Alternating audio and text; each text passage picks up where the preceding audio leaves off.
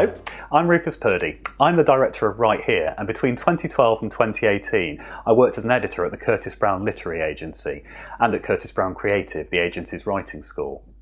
While I was there, I helped lots of authors make their way towards publication, including Jane Harper, who wrote The Dry, Nicholas Searle, who wrote The Good Liar, and as well as that, I'm also an experienced editor. I've worked on books as diverse as Alex Gerlis's best-selling spy novels and the music memoir Some Fantastic Place by Squeeze songwriter Chris Difford. I work with authors all the time to get their novels ready for publication or ready to submit to literary agents. And in fact, I've just heard that two of the authors I've worked with recently, Adam Simcox and Lorraine Peck, have gone on to sign book deals with major publishers. I'm going to be teaching Right Here Online, our very first online novel writing course. And in the run-up to that course, I'm going to be sharing some tips on what I feel are the most essential aspects of novel writing. This week, we're going to be looking at how to find inspiration for your novel.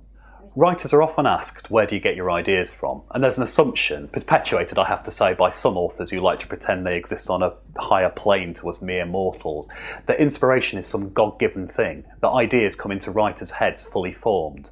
Now this is complete nonsense. Inspiration, like all aspects of novel writing, is something that has to be worked at.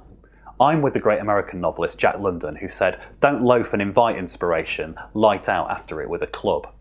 Now perhaps the most fertile grounds for inspiration can be found in a writer's own personal experience, or when writers draw on the experience of others. And these are areas we're going to be looking at in a lot more detail on our Right Here Online novel writing course. Now though, I'd like to look at a few more surprising, slightly out there ways to inspire yourself to write a novel. Fleshing out characters that you've glimpsed in real life can be very fertile ground for fiction. That guy you've seen from the bus who walks into town and back every day without ever seeming to be carrying anything, what's his story? That woman you met on holiday with the over-attentive husband who flinched every time he came near her, what's with her? Think about what might have happened to put them in the position they're in now and how they might go about changing that situation for the better or the worse. Many novelists have made the setting of their stories act almost as another character in the tale, and it's worth asking yourself if you could do the same. It doesn't even have to be a grand, sweeping, rural setting that inspires your story. A well-drawn urban environment can be just as potent a backdrop. You might start out by wanting to explore an idea or an emotion in your writing.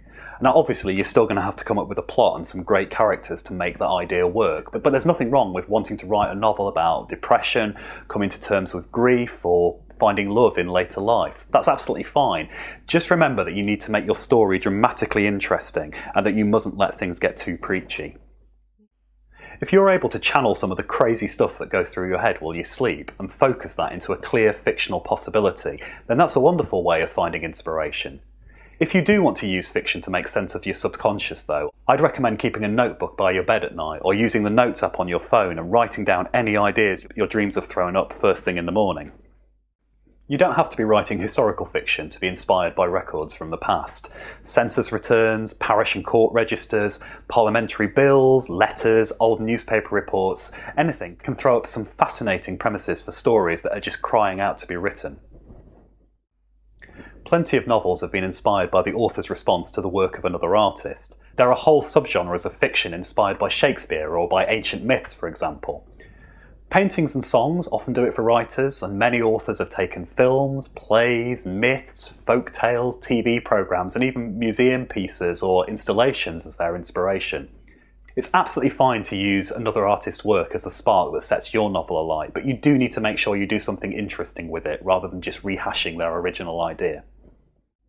So I'll be going into lots more detail about how to find inspiration, as well as all the other essential aspects of novel writing, on our Right Here Online novel writing course. That course lasts for 8 weeks and costs just £99, and you can enrol now by going to writehereuk.com and clicking on Creative Writing Courses.